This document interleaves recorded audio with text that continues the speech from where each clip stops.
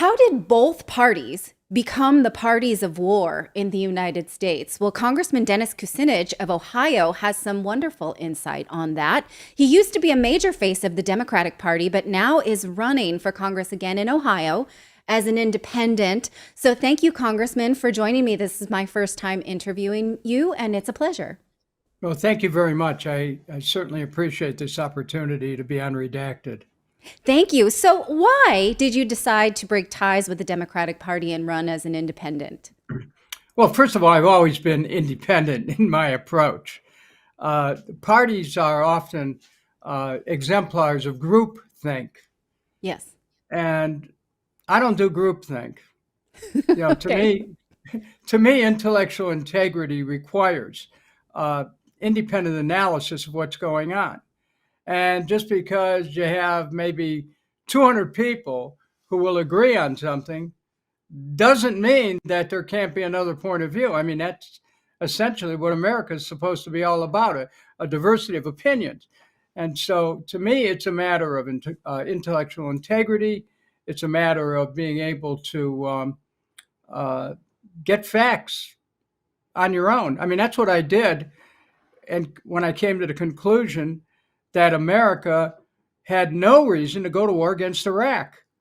And if anyone goes to the web and searches for Kucinich Iraq analysis, October 2nd, 2002, what they'll see is a detailed analysis that I did based on readily ascertainable information that ran contrary to the established narrative that, well, Iraq is somehow kind of a threat and was responsible for 9/11 and all that stuff. I saw something different. And so that independence of thought right now is needed in a country which is so severely polarized. And if you have polarization occurring between two groupthink models, the country merges into chaos and into the dictates of a uniparty, and no one knows who's handling the strings.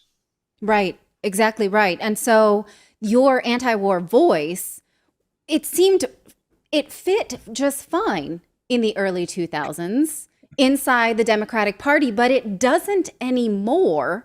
So I would love your perspective, Congressman, on how the Democratic Party is no longer the anti-war party, and in fact, they bang the war drums even louder, I would say, than most.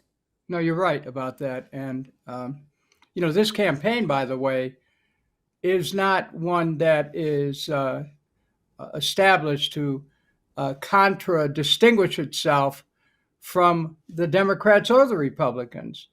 Those are two facts. We have a Democratic Party and Republican Party.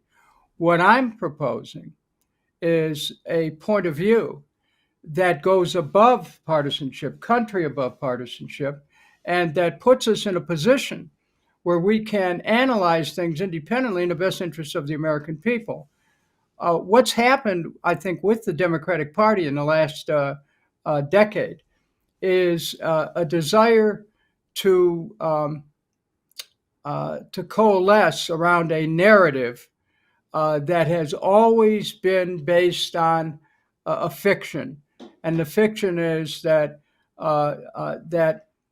we are in a world where we have to conquer certain enemies.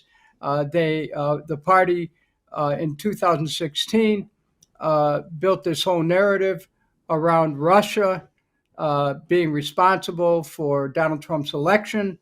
And then, in order to continue to justify that narrative, it elided from, well, Trump and Russia to Russia, Ukraine, Russia, and this whole, you have narratives that are moving one into another that leaves us now on the doorstep of Western Russia with the possibility of escalation into a nuclear confrontation. So, in the Democratic Party, which, when I was active within it, I tried to see it as a possibility for being an exponent of the peace. Hmm. It's not there anymore. And I think part of it is the partisan thinking that went uh, reactionary and rancid.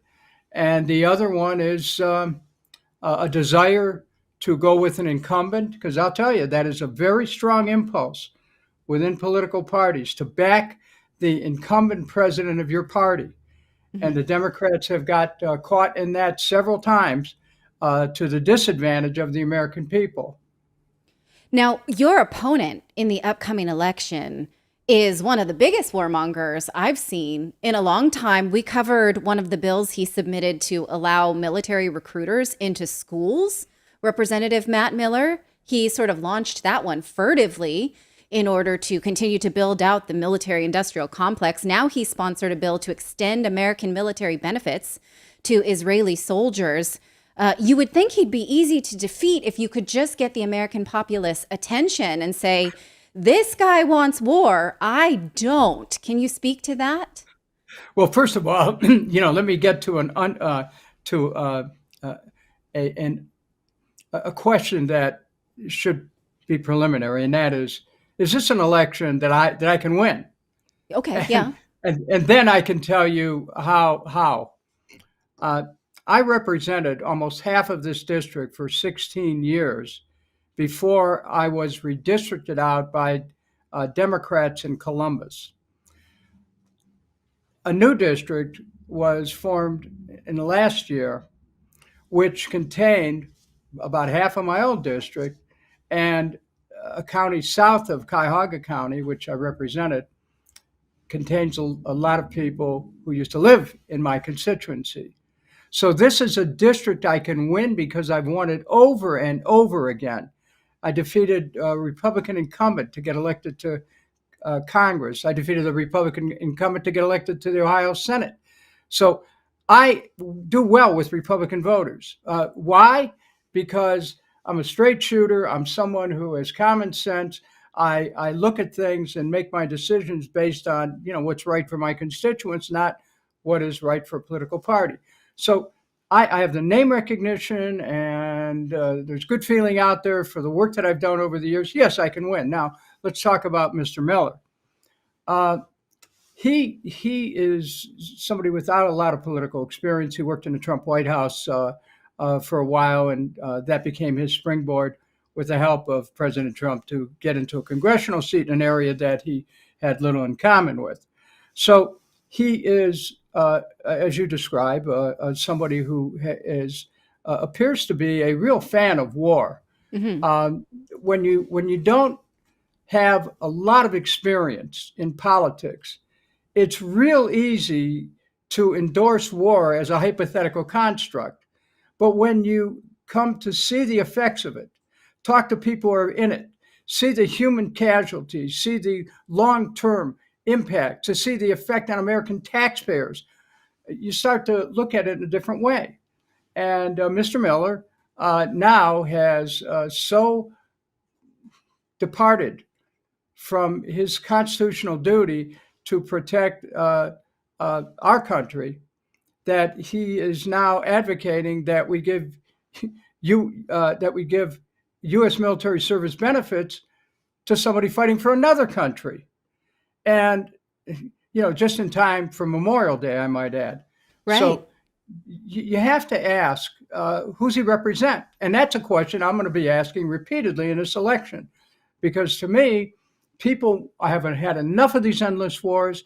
They've had enough of the destructive undermining of the Constitution, which is always attendant with wars, especially when we're kept in a constant state of emergency by one president after another. Congress diminishes its authority as an Article 1 constitutional creation. Suddenly, Article 2, the executive, becomes ever more powerful. I'm telling you, this is a serious moment in American history. And those who would aspire to represent the people have to rise to the challenge. And those who are like Mr. Miller, basically clueless about what's confronting the American people and the nation at this moment, need to step aside so that some people who are serious about the work of governance can move forward. Right. Now, one thing that you and I have in common is sort of disillusionment from the Democratic Party. And what I see for a lot of people like me who see this neo illiberal movement and then feel like, well, then where do I go? I'm politically homeless. Some people then glob on to the Republican Party only to realize they don't seem to have the answers either. So, can you speak to that sort of rejection of one party, but then unwillingness to look to the other party for answers and what it means for you and I both now to be politically homeless? Well, first of all, Ralph Waldo Emerson, in his essay on self-reliance, uh, wrote, "Above all, to thine own self be true. Every heart vibrates to that iron string."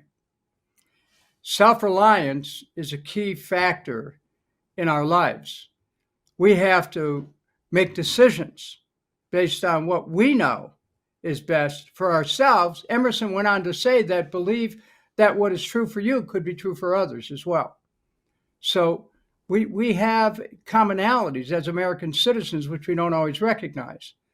But because our country's political process has two straitjackets, one called the Democratic Party, the other one called the Republican Party, we think that that's our only choice. And those who find themselves, as you say, homeless right now, well, home has to be the heart. The heart is the heart of America, a commitment to the nation, putting country above party. That's what my candidacy is about.